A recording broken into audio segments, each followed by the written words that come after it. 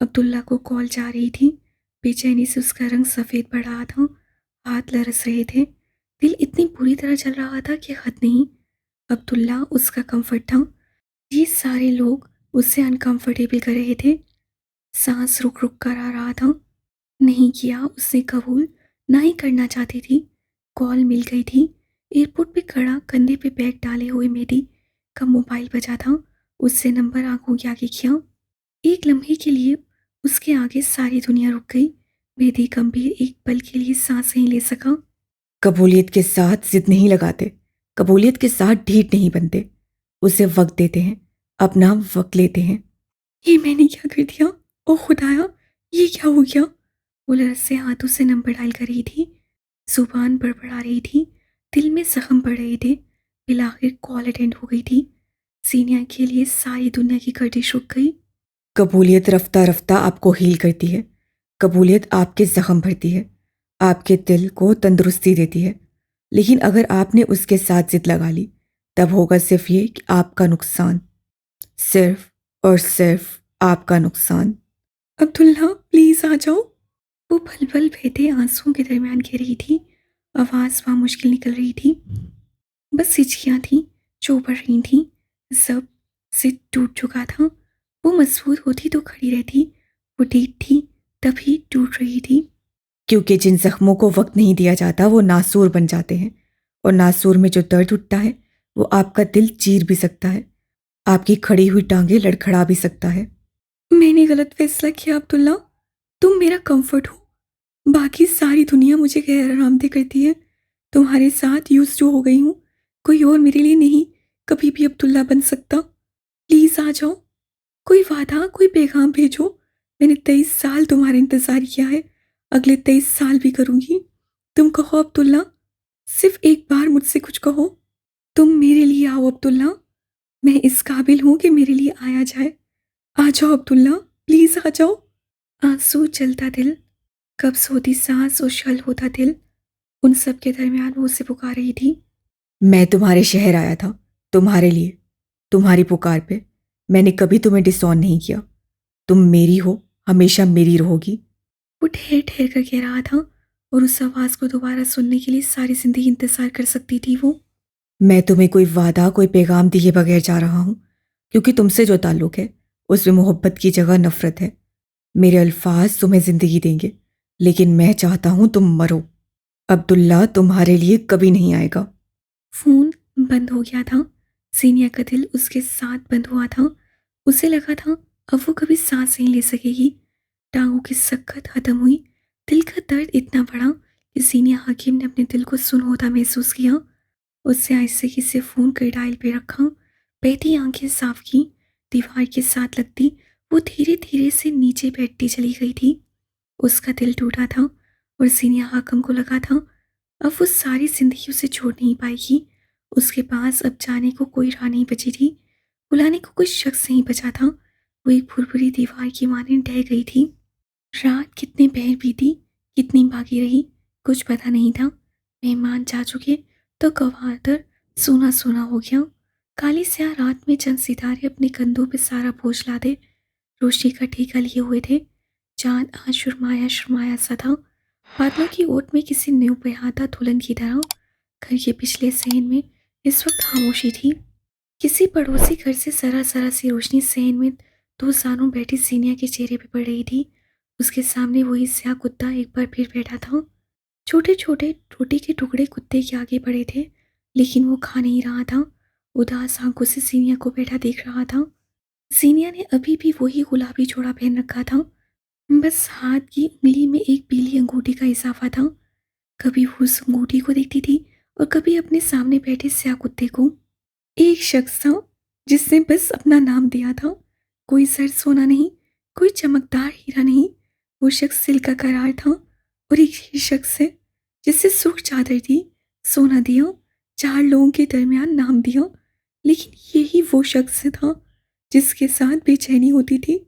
یہاں سے میلوں دور اسلام آباد میں واقع گمبھیر محل کے لان میں ایک سبز آنکھوں والا مرد کرسی پہ بیٹھا تھا، اس کے ہاتھ میں چائے کا بھاپ اڑاتا مگ تھا، اس کے ہاتھ کی کلائی میں ایک پرنٹڈ گھڑی، نسیں کسی غیر مرئی نقطے پہ جمی تھی، دفاتر اس کی نظر میز پہ رکھے اپنے موبائل پر پڑی۔ بحری جہاز والا سفر ایک جھمکے سے آنکھوں کے سامنے آیا۔ مجھے ٹانو جیسی سخت لڑکی یاد آئی، اس کے لفظ، اس کی باتیں یاد آئیں۔ یقیناً وہ ایسے لوگوں میں سے تھی جنہیں آپ فوراً اپنے دماغ سے نہیں نکال سکتے۔ وہ دل پہ اپنا اثر چھوڑ جاتی تھی۔ مہدی چند لمحے یوں ہی بیٹھا رہا اور پھر موبائل اٹھا لیا۔ نہ جانے کیوں، کس خیال کے تحت اس کی انگلیاں عجیب لڑکی کا نمبر ڈائل کر رہی تھیں۔ یہ ایک غیر موثر حرکت تھی، لیکن وہ جاننا چاہتا تھا اس لڑکی کی اکیڈمی کے بارے میں کیا طے ہوا۔ بیل جا رہی تھی، لیکن پہلی گھنٹی بھی ابھی پوری نہیں بجی ہوگی جب مہدی نے کال کاٹ دی۔ اسے یاد آیا کہ اس وقت ایک چھوٹے علاقے کی لڑکی کو کال کرنا کس قدر غیر موثر حرکت ہو سکتی ہے۔ اب کہ اس کی انگلیاں کوئی پیغام ٹائپ کر رہی تھیں۔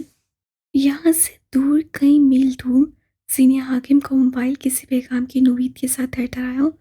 وہ جو کتے کے سامنے دونوں سانوں بیٹھی تھی، ایک گہری سانس لیتے ہوئے اٹھ کھڑی ہوئی، پاس رکھی چارپائی سے اپنے موبائل اٹھا کر پیغام کھولا۔ کیا تمہاری افروزہ سے بات ہو گئی؟ مہدی، انگریزی میں لکھا پیغام سینئر نے مشینی انداز میں واپس لکھ کر بھیجا۔ ہو گئی، کیا کہا انہوں نے؟ فوراً پوچھا گیا۔ کوئی سینئر کو نہ نہیں کہتا، میرے نام ایک اور کامیابی۔ مہدی کے چہرے پہ مسکراہٹ پھیلی، وہ تیز تیز ٹائپ کر رہا تھا۔ کیوں؟ کوئی تمہیں نہ کیوں نہیں کہہ سکتا؟ کیا تم کسی اور سیارے سے آئی ہو؟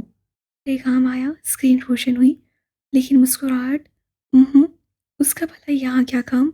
میں اسی سیارے کا سب سے ریئر اور قیمتی اثاثہ ہوں۔ اتنا غرور کس بات کا؟ مہدی نے ایک بار پھر لکھا۔ مجھے لگتا ہے آپ خود شناسی ٹائپ کرنا چاہتے تھے۔ اٹس اوکے، میں سمجھ گئی، شکریہ۔ کھڑی کھڑی یوں ہی جواب دیتی وہ روبوٹ لگ رہی تھی۔ دوسری جانب مہدی زور سے ہنسا چلا گیا۔ میں سوچ رہا تھا اس وقت کال نہ کروں، برا لگتا ہے، لیکن تم سے بات کر کے اچھا لگا۔ آئندہ نہیں لگے گا، کیونکہ میں آپ کو بلاک کر رہی ہوں۔ اپنے نازک دماغ پہ زور دینے کی ضرورت نہیں۔ اور اگلے ہی لمحے اس روبوٹ نما لڑکی نے بلاک کا بٹن دبا دیا تھا۔ مہدی نے اپنے موبائل کو ڈھیر ساری بے یقینی سے دیکھا، یعنی اس لڑکی نے اسے بلاک کر دیا، مہدی گمبھیر کو بلاک کر دیا۔ کیا اسے ایسا کرنا چاہیے تھا؟ دوسری جانب اس سے موبائل ایک بار پھر چارپائی پہ اچھال دیا اور واپس اس سیاہ کتے کے سامنے آ کر بیٹھ گئی۔ اس کے سامنے رکھی بڑی سی روٹی اٹھائی اور سس روئی سے اس کے چھوٹے چھوٹے ٹکڑے اس کے آگے ڈالنے لگی۔ کتے نے کھایا اب بھی نہیں۔ اگلی دو ٹانگیں فرش پہ بچھا کر وہ اداس سے اس کو دگے گیا۔ اپنی مالکن کے غم میں وہ بھی غم زدہ تھا۔ رات آہستہ آہستہ اپنی سیاہی سمیٹے رخصت ہو رہی تھی۔ قسم کا غیر معمولی شور آج تھم سا گیا تھا۔ صبح کی پیلی سرد روشنی نے عمارت کو جھلسا رکھا تھا۔ کیس اپنے آفس میں ڈھیر سارے کاغذات جمع کیے بیٹھا تھا۔ دفاتر دروازہ بجا۔ کیس سے بھی اجازت نہیں دی تھی کہ کوئی دھاڑ سے دروازہ کھول کر اندر آیا۔ وہ واصف منیر تھا۔ تیش سے اس کے کان سرخ پڑ رہے تھے، آنکھیں خون برسا رہی تھیں۔ وہ میل گجے سے لباس میں تھا، اس کا چہرہ گیس و غضب کا مارا تھا۔ کیس کو اپنے سامنے سکون سے بیٹھے دیکھ اس کا پارا مزید ہائی ہونے لگا۔ تمہاری جرت کیسے ہوئی کیس کمپیر؟ ہمارے دیش کی اس کی آواز سڑکھڑا رہی تھی۔ تمہیں کیا لگا تھا تم میرے ڈیزائنز لے لو گے اور مجھے پتہ بھی نہیں چلے گا؟ تمہیں کیا لگا تھا تم مجھ سے کہو گے اس رات میرے آفس میں داخل ہونے والے تم نہیں بلکہ ایک بلی تھی؟ تو کیا میں مان لوں گا؟ حالانکہ میں سچ کہہ رہا تھا، وہ ایک بلی ہی تھی۔ کیس سکون سے بولا۔ کیا تمہیں یقین نہیں آیا؟ یقیناً تمہیں چند راتیں پیچھے لے کر جانا ہوگا۔ واسی منیر کے آفس میں کھڑے کیس نے اس رات اپنی پنڈلی سے بندھی پستول برآمد کی تھی۔ جو ہی وہ سیدھا ہوا، اس کے سامنے کوئی تھا، وہی جس سے ڈبے گرائے تھے، وہی جس سے مجسمے توڑے تھے، وہی جو رات کی تاریکی میں دروازہ دھکیل کر اندر داخل ہوا تھا۔ کون تھا وہ بھلا؟ ایک بلی، ایک ماں بلی جس کے منہ میں اپنا بچہ تھا، چھوٹا سا سفید رنگ اور سیاہ پٹیوں والا بچہ۔ شاید وہ اس کے لیے کسی محفوظ مقام کی طاق میں تھی۔ اپنے سامنے ایک دیو ہیکل انسان کو دیکھ وہ ایک ہی جسم میں باہر بھاگی تھی۔ بیچاری معصوم بلی، کیسے اسے جانے دیا؟ وہ جو ہی پلٹ رہا تھا، اس کی نظر میز سے قریب فرش پہ گری، ایک پوری جلد کی اسکیچ بک پر پڑی۔ خاصا حال سی جلد والی اس اسکیچ بک پہ کھڑکی سے آتی روشنی پڑ رہی تھی۔ کیس اچنبھے سے آگے بڑھا۔ چند لمحے یوں ہی کھڑے رہنے کے بعد اس سے جھک کر وہ نوٹ بک اٹھا لی تھی۔ اس کی غصہ حالی بتاتی تھی اس پہ کئی عرصے سے کام کیا جا رہا ہے۔ لیکن قاسم کا کوئی ایسا پروجیکٹ تھا ہی نہیں جس سے ایک لمبا عرصہ پینڈنگ رکھا گیا ہو۔ اس سے کتاب کھولی اور اگلے ہی لمحے اس کے لب او میں سکڑے تھے۔ ابرو ستائش سے اوپر کو ہوئے، چہرے پہ جاندار مسکراہٹ بکھر گئی۔ گیس کا کام گیس کا جنون تھا، اور جو کام اس وقت اس کے ہاتھ میں تھا یہ کروڑوں کا فائدہ تھا۔ ایک ایک ڈیزائن اتنا قیمتی اور اتنا نفیس تھا کہ لوگ اس کے کئی سٹاکس ختم کرنے کو دیوانے ہو سکتے تھے۔ اسی لمحے کسی بھاری بوٹوں کی چاپ گیس کو اپنے قریب آتے سنائی تھی۔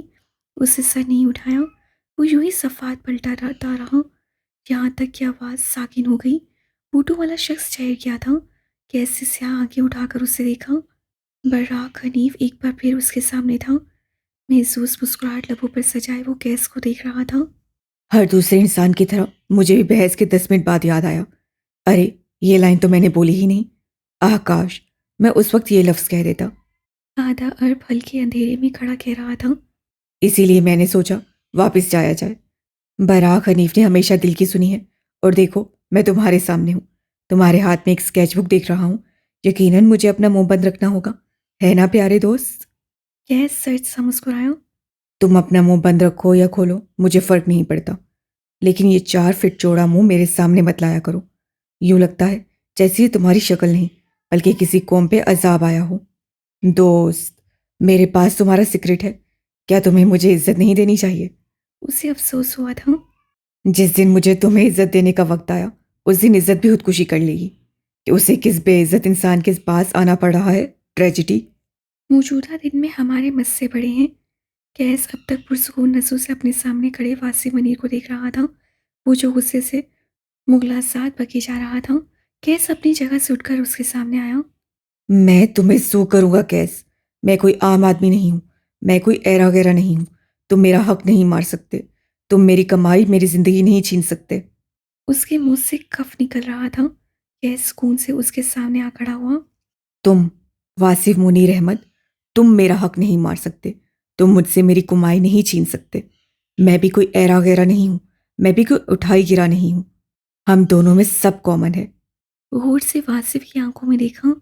تم پریولیجڈ ہو اور میں سیلف میڈ۔ اس نے کہہ ڈالا۔ میں نے گدھوں کی طرح کام کر کے اس عمارت کو بنایا ہے اور گدھ بن کر اس کی حفاظت کی ہے۔ تمہیں کیا لگتا ہے میں تم جیسوں کو اس عمارت کی بنیادیں نوچنے دوں گا؟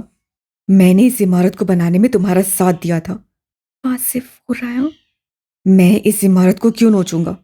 دھوکہ جڑیں کھوکھلی کرتا ہے۔ کیسے سرگوشی کی، واصف کی رنگت پھیکی پڑی۔ تم جڑیں کھوکھلی کر کے ایک کانچ کی بے جان عمارت دو گے تو میں اس کا کیا کروں گا؟ واصف نے کچھ کہنا چاہا لیکن سارے الفاظ حلق میں دب گئے۔ یہ آفس میرا ہے، یہاں تمہیں تنخواہ میں دیتا ہوں، لوگ تمہیں قاسم کے نام سے جانتے ہیں۔ وہ ایک پل کو رکا، سنجیدگی سے اپنے سامنے کھڑے آدمی کو دیکھا۔ یہ ایئر کنڈیشن آفس، یہ عمارت، یہ شہرت، تمہیں یہ سب میں نے دیا تھا۔ تمہیں یہاں بیٹھ کر میرے لیے کام کرنا تھا، لیکن تم نے کیا چنا؟ تم نے غداری چنی، اور ایک سلطان ہوتے ہوئے میرا فرض ہے کہ تمہیں سزا دی جائے۔ وہ صفاق ہوا تھا، صفاق بھی ایسا ویسا نہیں۔ تم میرے ساتھ کچھ نہیں کر سکتے کیس، میں تمہاری نسلوں کو رلاؤں گا۔ وہ چبا چبا کر باور کروا رہا تھا۔ میں تمہیں فائر کرتا ہوں واصف منیر، کیونکہ مجھے یہ حق ہے۔ اس نے جیسے سنا ہی نہیں تھا۔ میں تمہاری تمام ڈیزائنز ضبط کرتا ہوں کیونکہ تمہارے پاس کوئی ثبوت نہیں۔ تم ایسا نہیں کر سکتے گیس، میرے پاس ثبوت ہے۔ براق حنیف نے سب دیکھا ہے، وہ گواہی دے گا۔ میں تم پہ کیس کروں گا، میں تمہیں گھسیٹوں گا۔ وہ پاگلوں کی طرح چلا رہا تھا، اس کا بس نہیں چلتا تھا۔ اپنے بال نوچ ڈالے۔ تم آج گرفتار ہوگے، مجھے جان کی دھمکی دینے کے لیے۔ کوئی تمہارے لیے گواہی دینے نہیں آئے گا، کوئی تمہیں بچائے گا نہیں۔ وہ ایسے کہہ رہا تھا گویا کوئی خبرنامہ پڑھ رہا ہو۔ تم میرے خلاف کورٹ میں نہیں جا سکتے، کیونکہ اگر تم وہاں گئے تو تمہیں ماننا ہوگا تم نے مجھے دھوکہ دیا۔ اب کے واصف کے پیروں سے صحیح معنوں میں زمین کسکی تھی۔ تم میرے ساتھ ایسا نہیں کر سکتے کیس۔ اب کے اس کے لہجے میں شوق تھا۔ میں نے تمہارے ساتھ کام کیا ہے، تم میرے ساتھ ایسا نہیں کر سکتے۔ دھوکے کی ایک خاصیت ہوتی ہے، یہ پلٹ کر آپ ہی کے پاس آتا ہے۔ تمہاری باری آ چکی ہے واصف منیر۔ میں نے دھوکہ نہیں دیا کیس، خدا کی قسم میں نے دھوکہ نہیں دیا۔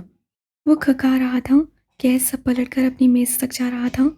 میں بس تمہیں سرپرائز دینا چاہتا تھا، میں نے جو کچھ کیا تمہارے لیے قسم کے لیے کیا، مجھے معاف کرو۔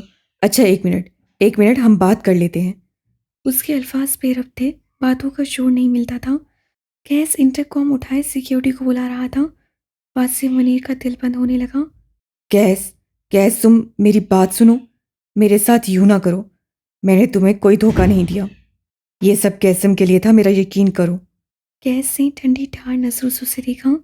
1 مہینہ قبل فیصل آباد میں سائٹ دیکھنے کے لیے گئے تھے تم، کیا اپنے زندہ باپ کی قبر کے لیے یا پھر اپنی مردہ ماں کو اسلام آباد کی قبرستان سے کہیں اور شفٹ کرنا ہے؟ واسف منیر کے منہ پر جیسے کسی نے کھولتا ہوا تیل ڈال دیا، وہ جل کر راکھ ہونے لگا۔ تم ان 1000 ڈیزائنز کے ذریعے اپنی کمپنی، اپنا فیشن ہاؤس بنانا چاہتے ہو، تمہیں لگتا ہے میں نہیں جانتا تھا؟ اسی لمحے دروازے سے 2 سیکیورٹی اہلکار اندر داخل ہوئے، جنہوں نے آتے ہی واسف منیر کو گردن سے دبوچا۔ ایک نے بازو سے پکڑا۔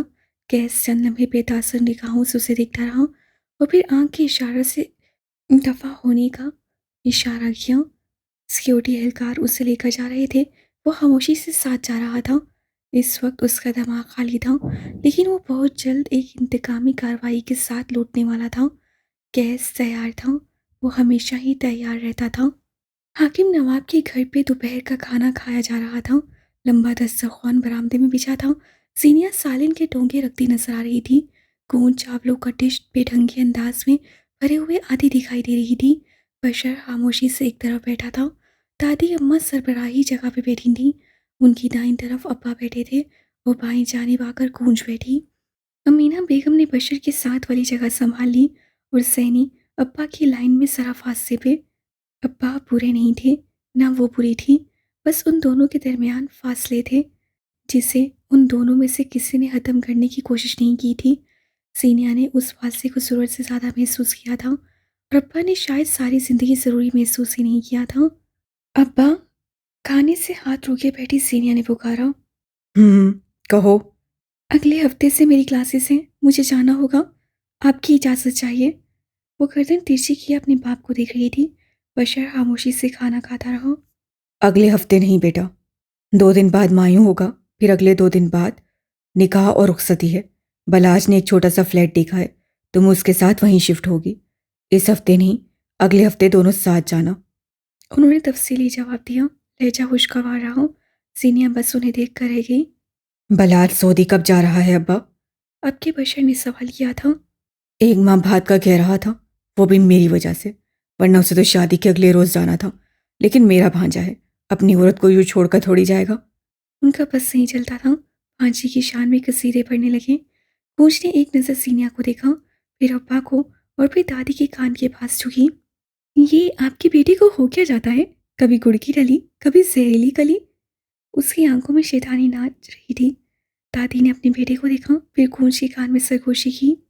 جب بھی یہ آدمی تم لوگوں سے غصے میں بات کرے نا، تو یہ سوچا کرو کہ اس کے سر پہ بھاری پتھر گرا ہے، بیچارہ پاگل ہو گیا ہے۔ ابھی وہ دادی کی بات پہ مسکرا بھی نہ سکی تھی جب ابا کی بات پہ ٹھٹک گئی۔ یہ کھاؤ گونج، کتنی کمزور ہو گئی ہو بچہ۔ انہوں نے محبت سے اپنے ہاتھوں سے بکرے کا سالن اس کی پلیٹ میں ڈالا۔ گونج کے تاثرات سپاٹ ہوتے گئے، اسے ابا کی ان محبتوں کی ضرورت تھی، نہ عادت۔ ابا اور گونج تکون کے سرے تھے، ایک سرے پہ گونج تھی، ایک پہ ابا، آخری سرے پہ کون ہونا چاہیے، وہی جو انہیں جوڑ سکے۔ بیٹا، تمہاری پڑھائی کیسی جا رہی ہے؟ اور تم نے مجھ سے پیسے مانگنا ہی چھوڑ دیا ہے؟ کل تمہاری اماں کو 10,000 دیے ہیں تمہارے لیے شاپنگ کرنا۔ وہ کس محبت سے کہہ رہے تھے؟ سینیا بس انہیں دیکھتی رہی، سنتی رہی، لیکن گونج سے سنا نہیں گیا۔ وہ ابا کی محبوب اولاد تھی، لیکن اسے ابا سے محبت نہیں تھی۔ میری پڑھائی اور میری شاپنگ آپ کا مسئلہ نہیں ہے، وہ کہنا تو چاہتی تھی، لیکن پڑھائی ٹھیک ہے، کپڑوں کی ضرورت نہیں۔ مناسب لہجہ، اٹھ کھڑی ہوئی، کہہ کر اپنے کمرے کی جانب بڑھ گئی۔ اب اسے اگلے 1 گھنٹے تک رونا تھا، ابا کے ماضی کے رویے پر اور حال کے بدلتے رنگوں پر۔ سینیا اب بھی چپ چاپ ابا کو دیکھ رہی تھی۔ شادی اس کی تھی، اس سے پوچھا جانا چاہیے تھا۔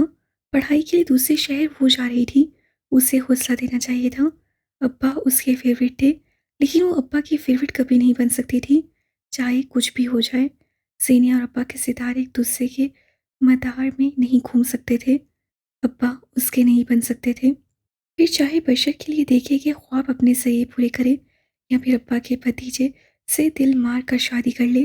ابا چند لمحے آسودگی سے اپنی چھوٹی بیٹی کو جاتے دیکھتے رہے، پھر اٹھ کھڑے ہوئے، ایک سخت نظر سینیا پہ ڈالی۔ اگر تم اس کی تربیت اچھے سے کرو تو آج وہ اس طرح زبان نہ چلائے، لیکن تمہارے تو اپنے غم ختم نہیں ہوتے، سارے عذاب مجھ پر ہی آنے تھے۔ بڑبڑاتے ہوئے چلے گئے۔ سینیا یاسیت سے ابا کے لیے بنائے کھانے کو دیکھتی رہی۔ زندگی محبت کے علاوہ بھی کئی غم تھے۔ گمبھیر محل میں اترتی شام خوشگوار نہیں تھی۔ اس وقت سارے گھر کی آسائش اور زیبائش کو چھوڑے ہم مقصود گمبھیر کے کمرے کی طرف جائیں گے، جہاں سے مہدی کی تیز تیز بولنے کی آوازیں آ رہی تھیں۔ دروازہ دھکیل کر اندر آؤ تو ایک صاف ستھرا کمرہ تمہارا منتظر ہے۔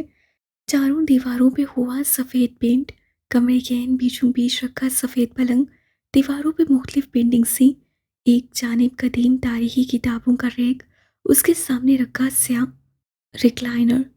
مقصود گمبھیر اپنی ویل چیئر پہ بیٹھے تھے، مہدی ان کے سامنے کھڑا تھا، نیلی بیگی شرٹ، سفید سلیکس، گلے میں جھولتی چین، بالوں کے تازہ سپائکس اور چہرے کا دبا دبا غصہ۔ جو آپ چاہتے ہیں چچا وہ ہرگز نہیں ہوگا، وہ عورت اس گھر میں نہیں آئے گی، اگر وہ آئے گی تو میں یہاں سے جاؤں گا۔ انگلی اٹھا کر کہتا وہ فون کر رہا تھا۔ مقصود ٹھنڈے تاثرات لیے اسے دیکھ رہے تھے۔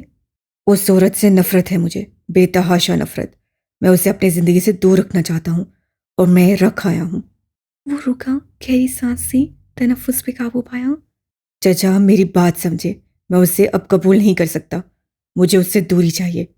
ہاں، اس کے نام کے ساتھ میرا نام آتا ہے، لیکن چہرے پہ ہاتھ پھیرا، خود کو کمپوز کیا۔ مجھے وقت لگے گا، تھوڑا اور وقت، میں نے اسے ڈسون نہیں کیا، نہ کر سکتا ہوں، یہ میرے بس کی بات نہیں، مجھے وقت لگے گا، اور تب تک آپ مجھے تنگ نہیں کریں گے۔ اس سے آخری بات ذرا سختی سے کہی۔ چند لمحے اس برف نما انسان کے تاثرات دیکھتا رہا اور پھر باہر نکل آیا۔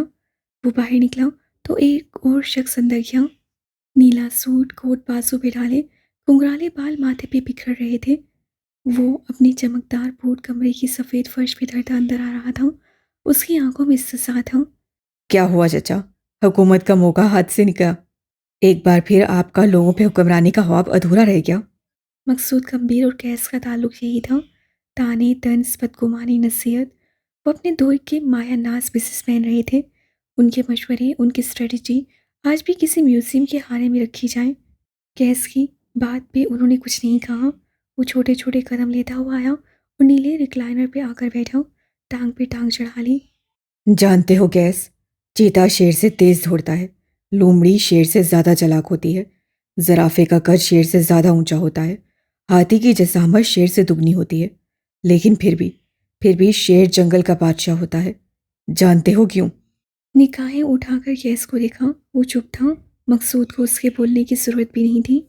شیر بادشاہ ہوتا ہے کیونکہ شیر کو خود کے بادشاہ ہونے پہ یقین ہوتا ہے، شیر حکمران ہوتا ہے کیونکہ اسے معلوم ہے وہی حکمران ہے۔ کیس مرعوب نہیں ہوا، وہ اپنے چچا کی غیر معمولی باتوں کا عادی تھا۔ مقصود کہتے رہے، باقی سارے جانور سیلف ڈاؤٹ کا شکار ہیں، انہوں نے کبھی خود کو کھوجا ہی نہیں۔ مجھے لوگوں کو بلا بلا کر ان پہ حکمرانی کرنے کی ضرورت نہیں ہے، مجھے حکمرانی کا جنون لالچ ہے ہی نہیں۔ میں انگلی سے سینے پہ دستک دی۔ حکومت کرنے کے لیے پیدا ہوا ہوں۔ کیس سے ریکلائنر سے ٹیک لگا لی اور اپنے دونوں ہاتھ اوپر کر کے بے آواز تالی بجائی، گویا اپنے چچا کو سراہا ہو۔ خیر مجھے بتاؤ، تم یہاں کیوں آئے ہو؟ کیا آج اپنے دوسرے باپ سے فرصت ملی ہے؟ ان کا اشارہ بختیار کی جانب تھا۔ کیس مسکرایا۔ میں آپ کو یہ بتانے آیا ہوں کہ اب آپ میرے خاندان کے معاملات میں دخل دینا چھوڑ دیں۔ آپ انیسا کو زور اور زبردستی سے نہیں بنوا سکتے، آپ مہدی کو اس عورت سے تعلق رکھنے یا نہ رکھنے پر مجبور نہیں کر سکتے، آپ اب حکومت نہیں کر سکتے۔ اس سے آخری لفظوں پر زور دیا۔ مقصود برف تاثرات سجائے بیٹھے رہے، وہ کیس کے چہرے پہ کچھ کھوج رہے تھے۔ میرا خاندان میرا مسئلہ ہے، میرا کاروبار میرا مسئلہ ہے، آپ چچا آپ لونچ لیزٹ بن چکے ہیں۔ انگلی اٹھا کر ان کی ذات کو نشانہ بنایا، لیکن وہ کوئی ہمدردی کے مارے معذور نہیں تھے۔ وہ رو پڑتے یا جن کا دل ٹوٹ جاتا، وہ کمر سیدھی کیے گردن تانے بیٹھے رہے۔ قبولیت کا وقت آ چکا ہے چچا، قبول کریں کہ اب سلطان میں ہوں۔ بات صرف یہ نہیں ہے کیس گمبھیر، مدعے پہ آؤ۔ تم یہاں مجھے نیچا دکھانے آئے ہو؟ وہ کرو جو کرنے آئے ہو، مرد بنو، مرد، عورتوں کی طرح تہمت باندھنا چھوڑ دو۔ قیس گردن جھکا کر مسکرایا۔ کبھی کبھی شک ہوتا ہے، لوگوں کو ان کو لگتا ہے آپ میرے چچا نہیں ہیں، لیکن اگر آپ کی ایسی مکروہ باتیں سن لیں تو یقین آ جائے گا نہیں۔ اس سے رائے مانگی۔ مقصود نے سر نفی میں ہلایا۔ میں جتنا مرضی مکروہ ہو جاؤں لیکن بختیار کے لیول تک نہیں جا سکوں گا۔ اس کی جیسی حفاظت میرے اندر ڈھونڈنے سے نہیں ملے گی۔ اب کہ قیس کی مسکراہٹ سمٹی، اس کی آنکھوں میں سختی در آئی۔ مقصود کا مقصد پورا ہو چکا تھا، وہ اس سے یہاں آنے کا مقصد معلوم کروا ہی لیں گے۔ میں یہاں اس لیے آیا ہوں تاکہ آپ کو بتا سکوں کہ اب آپ کسی کام کے نہیں ہیں۔ قیس کو اپنے فیصلے خود کرنے آتے ہیں۔ آج میں اپنا فیصلہ کر کے آیا ہوں۔ مجھے میرا کاروبار سنبھالنا آ گیا ہے۔ وہ چھوٹے چھوٹے قدم لیتا ان کے قریب آ رہا تھا۔ آپ گھر بیٹھیں، کھانا کھائیں، دوائیں لیں، عبادت کریں اور سو جائیں۔ حکمرانی کا جنون اب چھوڑ دیں۔ وہ دھیرے سے ان کے پاس پنجوں کے بل آ کر بیٹھا۔ آپ اب کچھ نہیں کر سکتے۔ اس سے جتایا۔ مقصود تپش زدہ مسکرائے۔ میں اپنے وقت کا عظیم بزنس مین ہوں قیس۔ میں حکمران ہوں، میں عظیم ہوں۔ اس کی آنکھوں میں جھانکا اور ایک لفظ توڑ کر ادا کیا۔ میں آج بھی سب کچھ کر سکتا ہوں۔ کیسے سکون سے انہیں دیکھا۔ چند لمحے بس وہ انہیں دیکھتا رہا، پھر یکدم اس کی آنکھوں میں صفاقی اتری۔ ابلیس نے گویا اس پہ سایہ کیا تھا اور وہ اسی لمحے اپنے پیروں پہ کھڑا ہوا۔ سب کر سکتے ہیں واقعی۔ سر سے سرگوشی، حقارت، وہ اپنی ٹانگوں پہ کھڑے ہونے کا سوم جتا رہا تھا۔ مقصود گمبھیر کا چہرہ مارے آہانیت اور بے بسی کے سرخ پڑنے لگا۔ کیس وہ خون چھلکاتی آنکھوں سے گرائے تھے، ان کی آواز لرز رہی تھی، سارا بدن کانپ رہا تھا، مارے خیز کے ان کے الفاظ تک نہ مل سکے۔ کیس یوں ہی کھڑا رہا، آنکھوں میں سزا لیے، تاثرات میں حقارت لیے۔ مرد جب معذور ہو جائے تو اپنے خاندان کے لیے مرحوم ہو جاتا ہے۔ وہ سور پھونک رہا تھا۔ میں نے چچا، انگلی سے سینے پہ دستک دی۔ میں نے ایک لاش کو اپنے محل میں رکھا ہے۔ میں نے اس لاش کو اچھا پہنایا، اچھا کھلایا۔ اب وہ لاش اگر زندہ ہو کر میری جگہ لینا چاہے تو میرے بس میں ہے کہ اسے مار دوں۔ وہ آگے آیا، ان کی کرسی پہ ہاتھ رکھ کے ان کی جانب جھکا۔ مقصود گہری سانسیں لے رہے تھے، سرخ چہرہ، اہانت، بے بسی۔ بے روزگار مرد دنیا کا بوجھ ہے۔ میں نے یہ بوجھ اپنے کندھے پہ رکھا ہے چچا۔ خاموش رہیں، نوالے توڑیں اور سو جائیں۔ میرے خاندان اور اس کے معاملات سے دور رہیں۔ مقصود کا نفس سے چل رہا تھا، وہ خون آشام نگاہوں سے اسے دیکھ رہے تھے۔ ان کا جی چاہا تھا وہ آج کیس کا گلا کھونٹ ڈالے۔ قبولیت کا مرحلہ آ گیا ہے، قبول کریں چچا۔ کیس انہیں چند پل دیکھتا رہا، پھر آگے بڑھ گیا۔ دروازے کے ہینڈل پہ ہاتھ رکھ کے وہ ایک پل کو رکا تھا، مڑ کر اس لاش نما انسان کو دیکھا، سر سے پیر تک۔ یاد رکھیے گا، آپ سب کچھ نہیں کر سکتے۔ وہ جتا کر باہر نکل گیا تھا۔ یہ اس کی سلطنت تھی، یہاں کے لوگوں سے جیسے چاہے پیش آتا۔ اور اس کے ساتھ ہی ہمارا چیپٹر 2 بھی ختم ہوتا ہے۔ آپ لوگوں کو کیا لگتا ہے کہ مہدی ہی عبداللہ ہے؟ پتہ نہیں کیوں پر مجھے نہیں لگتا کہ مہدی عبداللہ ہے۔ کامنٹ میں ضرور بتائیے گا۔